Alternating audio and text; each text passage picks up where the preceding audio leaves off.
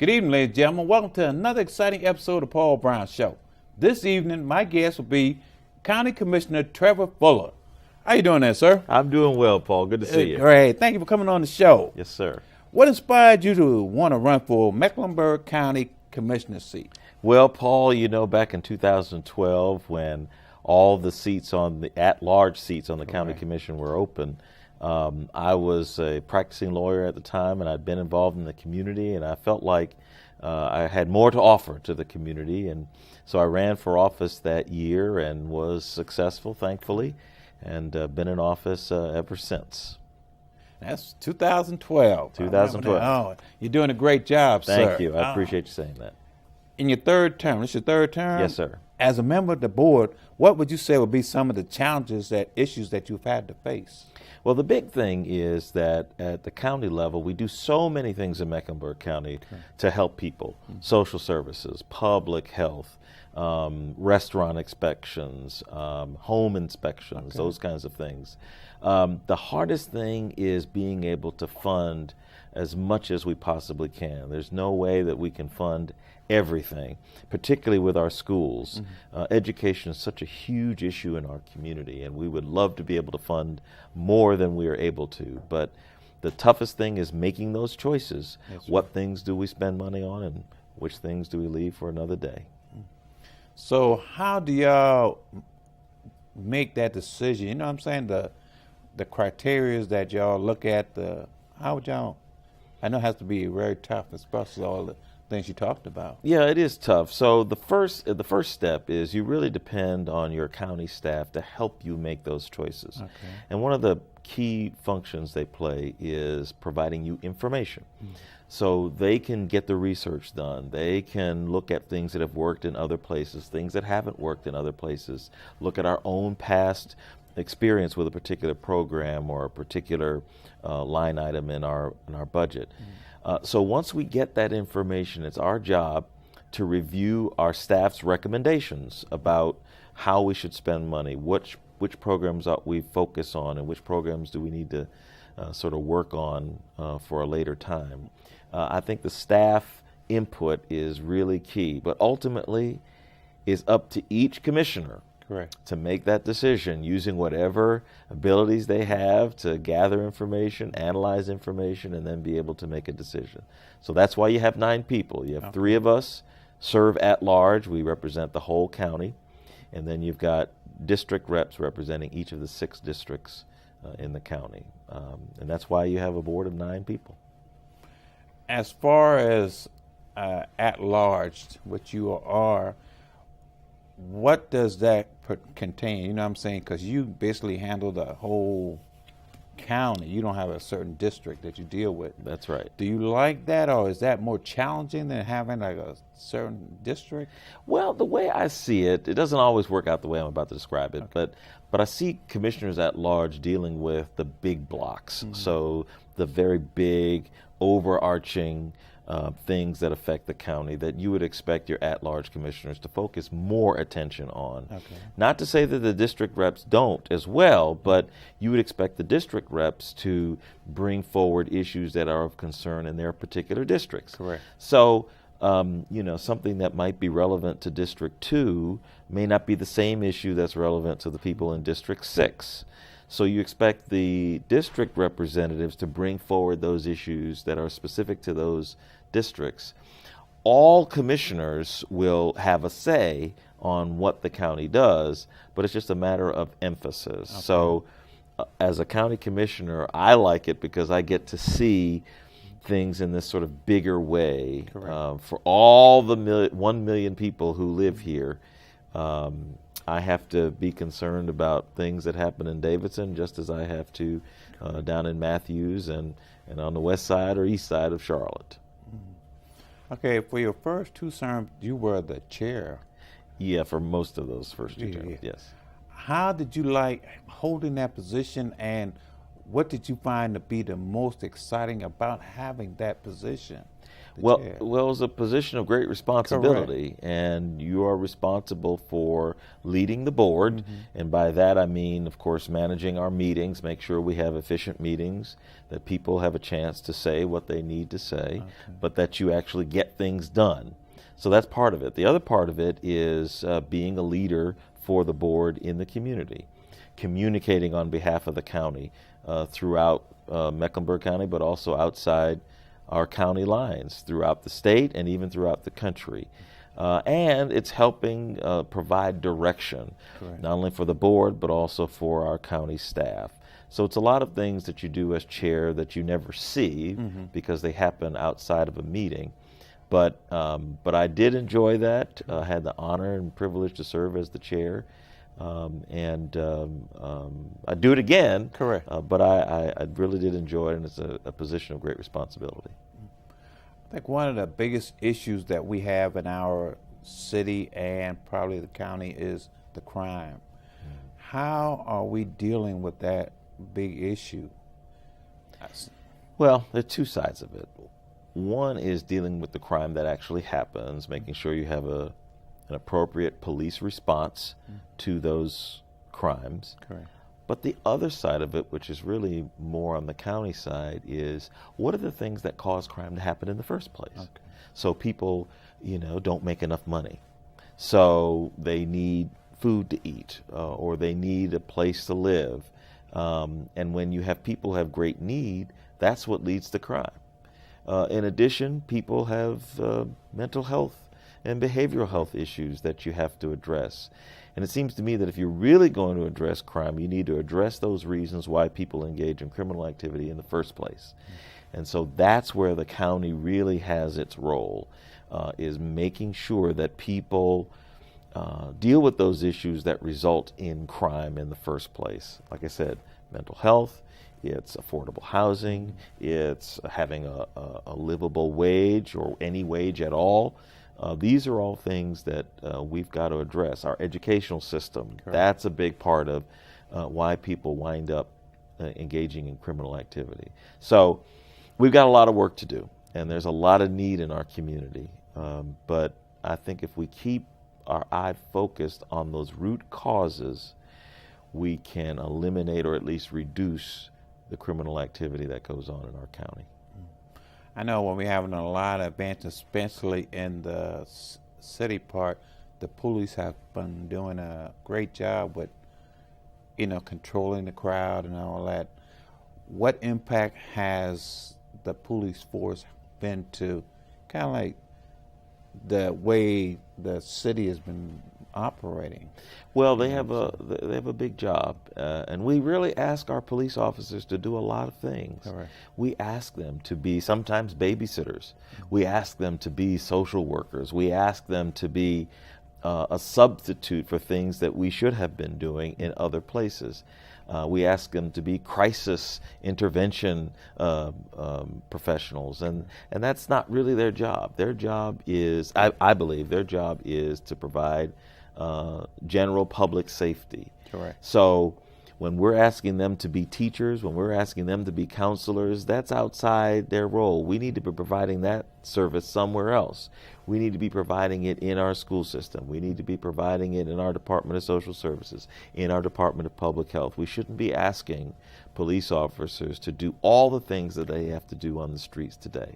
Now, we are making some progress. Yes, sir. So we are having now crisis intervention training for police officers, so that when they address things on the street and it's really a mental health issue rather than really a crime issue, that they get some help with that they have some professionals that they can turn to, or that they themselves have training to recognize that this is not really a criminal thing that they're dealing with, but rather it's a mental health thing that they're dealing with, and then give them the tools to be able to deal with that on the street. But by and large, our police officers are doing very well. Correct. They do a great job.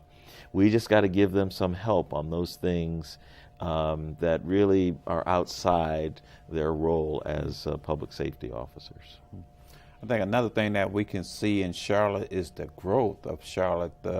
Everywhere you look, you see like buildings, housing being developed inside this. What impact has that done to the economy of Charlotte? Well, it's a big deal. So right now we're at about 1.1 million people in Mecklenburg County. The projections are that by 2030, we're going to be at 1.5 million people in our county. That's a lot of people. Correct. That's a lot of growth. So with that come needs. So as you grow, people have to go somewhere. Correct. And then people will have to send their children to a school somewhere. So it puts pressure on our school buildings. We've got to build more. We've got to accommodate people who are moving here in terms of amenities, in terms of our parks, in terms of public health and social services that people will need when they come here. All of that growth we need to be preparing for, and I think we're doing that. Thankfully, the growth is occurring at a rate that we're able to keep up with, but I also want us to be prepared for if the growth accelerates even further, Correct. that we're going to be ready for that. So it has all kinds of implications for transportation, for housing, for education. All of those things are impacted by growth. And we just got to keep a close eye on it and prepare for that growth and not turn into one of these cities like Atlanta that, has constantly struggled to keep up with their growth. With that growth, it seems like a lot of people are having problems with the cost of living.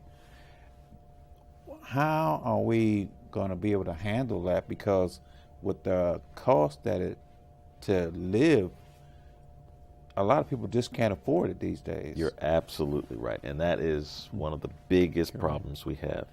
So it's affordable housing. It's housing not just at the higher levels, which there's a deficit there, but really low income housing. How are people able to afford these apartments that are, $1,800, $2,000 a month?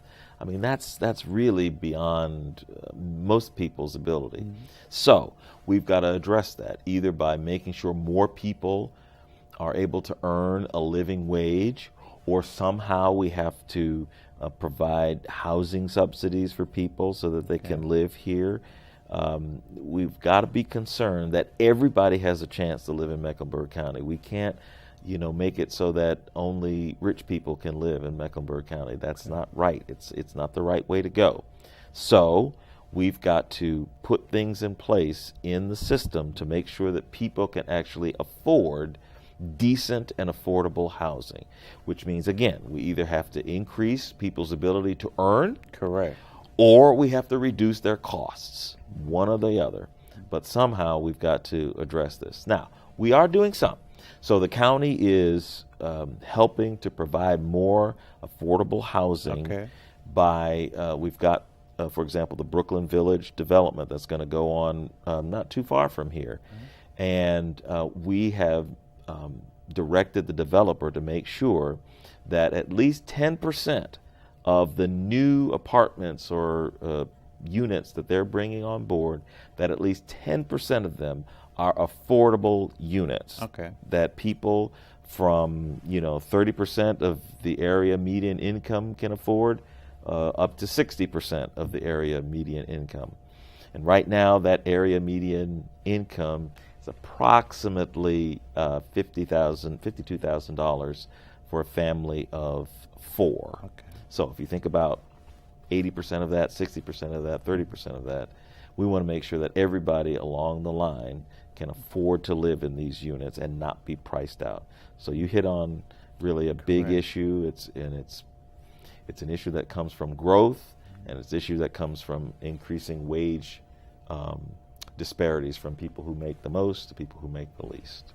I think another issue that we have in the city is with the growth of the city, the parking situation. As far as I know, we've been building having the new transit system that's going on right now, which is a good thing, so that people don't have to really park in the city. But it seems like there's a major issue that's going on with the ability to park at certain events, because it seems like uptown they have a lot of things going on, like not only on Fridays or Saturday, but It looks like every day. Every day. Every So day. we've got a really exciting, bustling uptown, which is great. Yes, sir. Because when, you think about 20 years ago, at 5:30 you could roll up the sidewalks. Correct. In uptown. You wouldn't see anybody down there. Now there are people there practically all night, every yes, day of sir. the week, which is a great thing. We really, that's a good thing for us.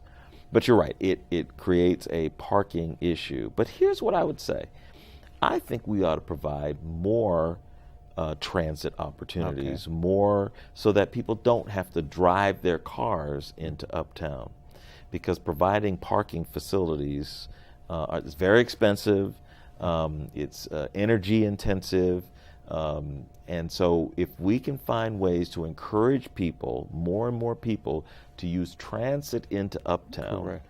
so that we don't have to have as many parking facilities in the uptown area. But what it means is that we have to actually have sufficient transit into uptown. Correct. In some cities, for example, in London, the city encourages people maybe to drive to the edge of their main business district, and then transport in through transit all throughout the central district. Yes, sir. I'm not sure whether we can do that completely, but we ought to try to, again, within the central business district, to not have so much parking as much as encouraging people to drive and park along the perimeter of the central business district, and then take transit, biking, walking, light rail, whatever, to come into and move around the central business district. I think that's where we need to go. With the transit going outward, it's now out to UNCC area. How has that been working for the city? So it's been really exciting. So I've had the chance to ride back and forth on the line, and it's absolutely fantastic. Yes. Anybody who's ridden the Blue Line, the original Blue Line Correct. down south, will testify to the fact that it is absolutely wonderful to have a transit line going to really populated areas of our community, because it means I can park, for example, if I'm way south, I can park at 485 just north of Pineville. Correct. And I can get in pretty quickly, get right to the either Panther Stadium, or I can get to the arena. It's really, really convenient. So now to have that going up to the university, things are building along the line. There are new apartment buildings, there are new commercial properties. And so what I think you're going to get is you're going to get these transit at these stops. Yes, sir. You're going to get this activity around each one of these stops. And that's going to create more opportunities for people to live in areas where maybe they haven't lived before. So I think it is great for our community. So we're doing it with the Blue Line extension. And then next will come the Silver Line to get down Independence Boulevard and come over to Monroe and get all the way to 485. We want to get this Red Line done that goes from uptown up to maybe Mooresville, or at least somewhere up north. In addition to that, we want to move our Amtrak station from where it is over on North Tryon. Yes, sir. Bring that over to the Gateway Center. I think once we get those things done, people will really see how exciting it is. It's already exciting to live in Charlotte, but how exciting it is to be able to get around without having to use your car. Yes, sir. That's the real key. Get people out of their cars. Oh, and we're so used to doing that. I know we are. But we're going to have to get out of that as far as with that, the way it's developing now. Well, if we're going to grow and we're going to be sustainable with this many people, we got to find ways to get out of our cars, not only for the environmental reasons, but just being able to get around. It's actually much more efficient not to use our cars in most ways. I think next year we are scheduled to have the NBA All-Star. Yes, sir. What type of impact will that be to the city, and what do you feel we need to do to get ready for that a big event? Well, it's a great question, and it's great to have the MBA Correct. come. It's going to be about a week worth of activities. So it's not just the game itself. Correct. It's going to be all these activities that come before that the community will be involved in. We were going to do it back in, I think it was 2017 or something. or 2016, one of the two. And, well, we